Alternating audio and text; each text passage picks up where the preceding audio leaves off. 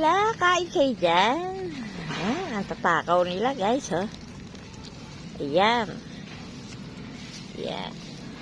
Kakaunti na lang sila. Yung iba kasi namatay ng bagyo. Sobrang ulan, ang ulan. Nagkasakit. Namatay yung iba. Tapos, yung gansa. Ganon din. Wala na kaming gansa guys. Namatay din ng ulan. Mahina sa ulan. Naginaw yung gansa. Kahit sa may bahay kasi ayaw niyang pumasok doon sa bahay niya. Paulan silang paulan. Kaya yan. Namatay yung aming gansa guys.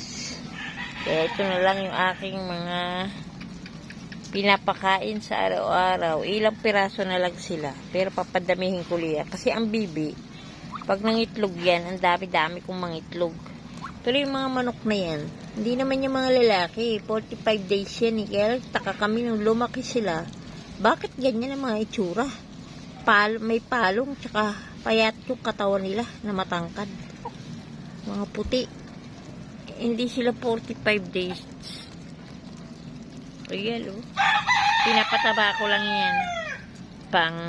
Pang ulam-ulam. Yung manok na puti. Yan. Yan.